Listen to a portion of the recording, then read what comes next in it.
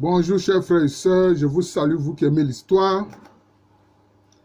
Eh bien, je voudrais ce matin vous présenter un de nos grands ancêtres africains pour montrer toujours à Nicolas de Boxa Sarkozy que quand nos ancêtres entraient dans l'histoire, lui, le descendant de Khazars et de Juifs, ne savait même pas encore ce que c'est que l'histoire.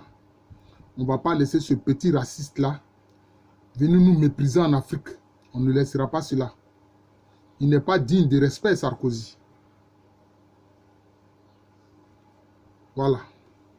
Alors, je voudrais ce matin parler d'un des grands rois du royaume Agnès sans vie.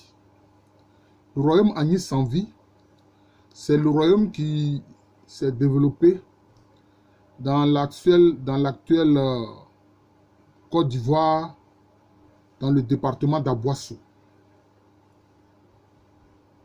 Alors, le royaume Agnès sans vie, j'ai fait plusieurs vidéos sur le royaume Agnès sans vie, vous pouvez regarder cela. Et ce matin, je voudrais parler d'un de ces grands rois. On l'appelle Atokpala Kassi. Il a régné, disons, durant la première moitié du 19e siècle. Disons, fin 18e siècle, première moitié du 19e siècle. Voilà. Et ce que l'histoire retient de ce grand roi-là, c'est qu'il aimait la guerre. C'est ce que les traditions Agnès sans vie disent. Si bien qu'il appelle Atokpala Kassi Mokouloukoin. C'est-à-dire Atokpala Kassi qui aime la guerre. Voilà. Parce que peut-être il voulait entrer dans l'histoire par la guerre. Il voulait la grandeur de son royaume par la guerre. Voilà encore une réponse d'un de nos ancêtres à Nicolas de Boxa Sarkozy. Voilà. Ceux qui voulaient étendre leur royaume par la guerre, il n'y a pas que Napoléon. Non. Les Africains ont fait cela bien avant Napoléon. Alors, Atokpala Kassi, il est de la famille royale du sans-vie. Et cette famille-là, ce lignage-là, de matriclant Oyoko, si bien qu'on les appelle les Oyoko Foué. Voilà. Un autre nom de ce lignage, c'est Alangwa. Mais Alangwa a pris vraiment une dimension, c'est devenu un peuple nombreux. Alors qu'à l'origine, c'est un matriclant. Donc sa mère est de la famille royale, Oyoko Foué. C'est pour ça qu'il a été fait roi. Mais son père était un néotilé, un bétini. Voilà. Son père était un néotilé, un bétini comme on dit. Donc issu du peuple Bétibé. Disons un peuple qui a été vaincu par les Agnès sans vie. Quand ils ont commencé à pénétrer ce territoire-là autour de 1715, venant du royaume Agni et Brossa, venant de Laouine. Alors, quels sont les événements qui se sont déroulés durant le règne d'Atokpala Kassi? Il a été confronté à l'hostilité d'un de ses parents, qui était le chef des Hiens, qu'on appelle Avongeta. Avongeta était un membre de la famille royale, résident à Hiens. Parce que dans le système politique du sans-vie, le roi est à Krenjabo, mais il a ses frères qui font partie du même lignage royal que lui. L'un est installé à Ehien, non loin de Krenjabo, et un autre est installé à Kouakourou. Mais celui qui était Ehien, Avongeta, il estimait que c'est lui qui devait être le roi du sans-vie.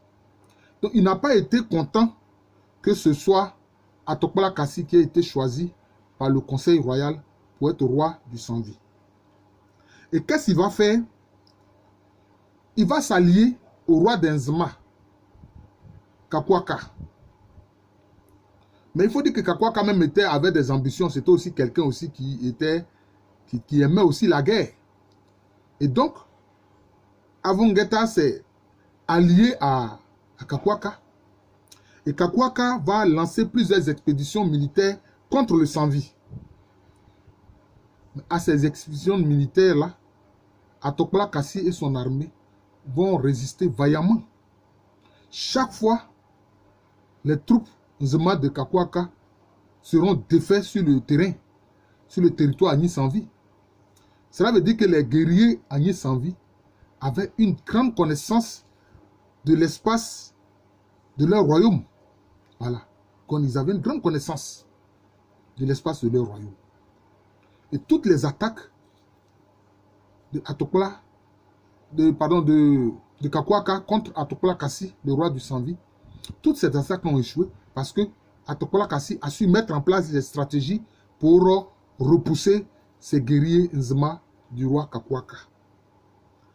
Alors, donc, quand la tradition dit qu'il aimait la guerre, bon, dans ce cas précis, ce n'est pas qu'il aimait la guerre, mais c'est le roi d'Nzema Kakwaka, qui a été le dernier roi de la dynastie d'Envavile, qui est venu lui faire la guerre. Donc là, il n'a fait que résister.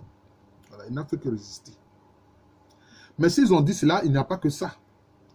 Et d'ailleurs, Avon Geta, je peux dire la branche spécifique de son lignage à cause de sa forfaiture et de son alliance coupable avec le roi d'Nzema Kakwaka a été écartée.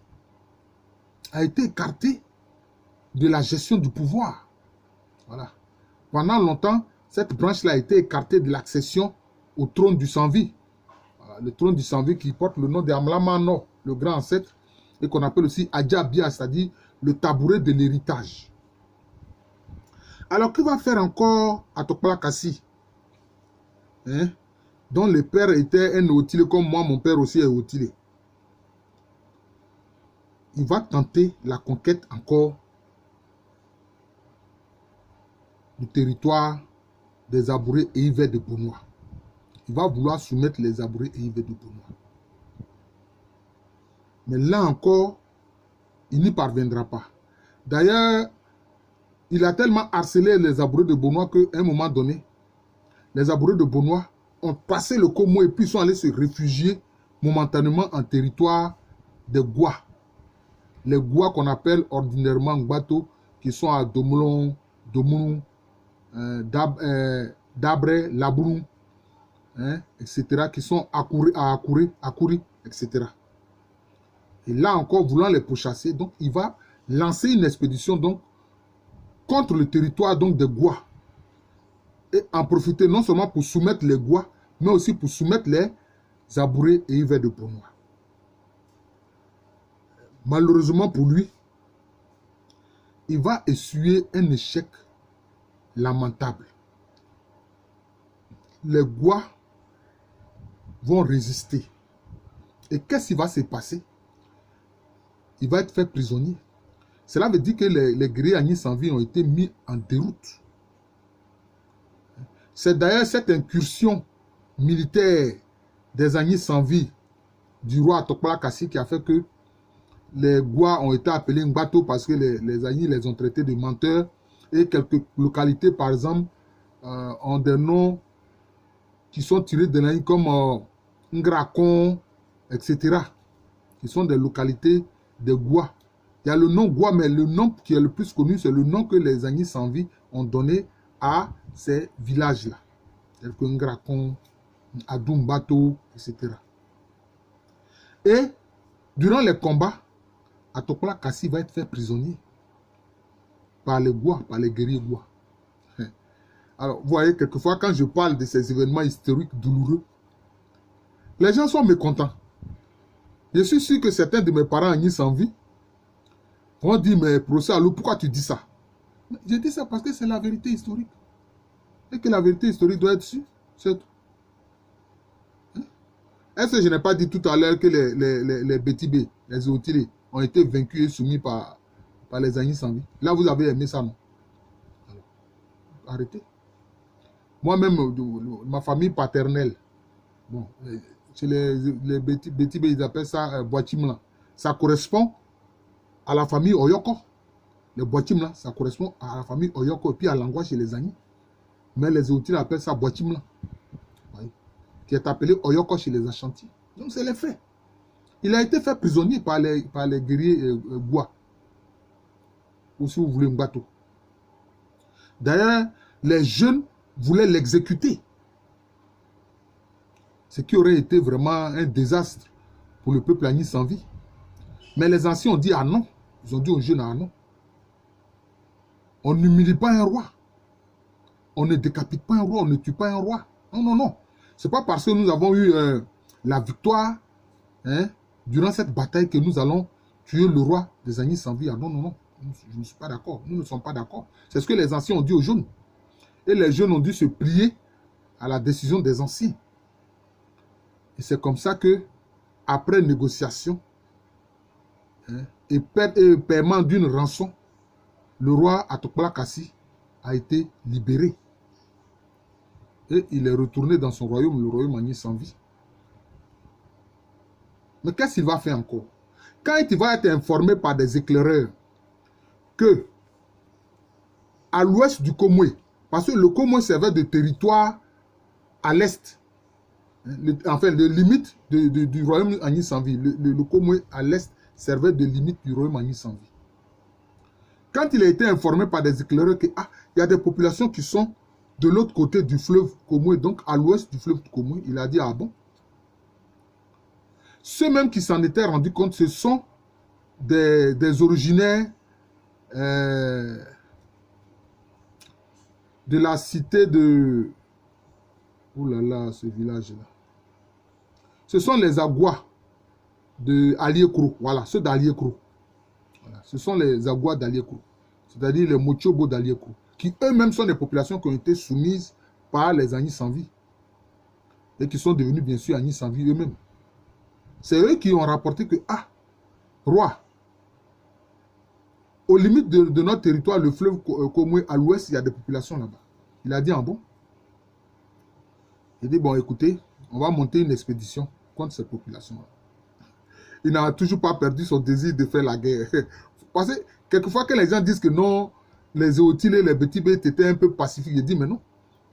Le système des classes d'âge, qui est un système militaire et social, ce sont les Eotiles qui ont créé cela et qui l'ont appris à tous les Akans lagunaires. Je dis bien tous les Akans lagunaires. Ce sont les Betibé et les Eotiles qui ont créé ce système-là. Et dans cette aventure militaire décidée par le roi Atokpala Kassi, se sont joints à l'expédition les populations d'Asuba et d'Ayebo. Donc l'expédition qui va aller attaquer les populations qui sont à l'ouest du Komwe, c'était constituée principalement des gens, des guerriers d'Aliekro, des guerriers d'Asuba et des guerriers d'Ayebo. Vous voyez?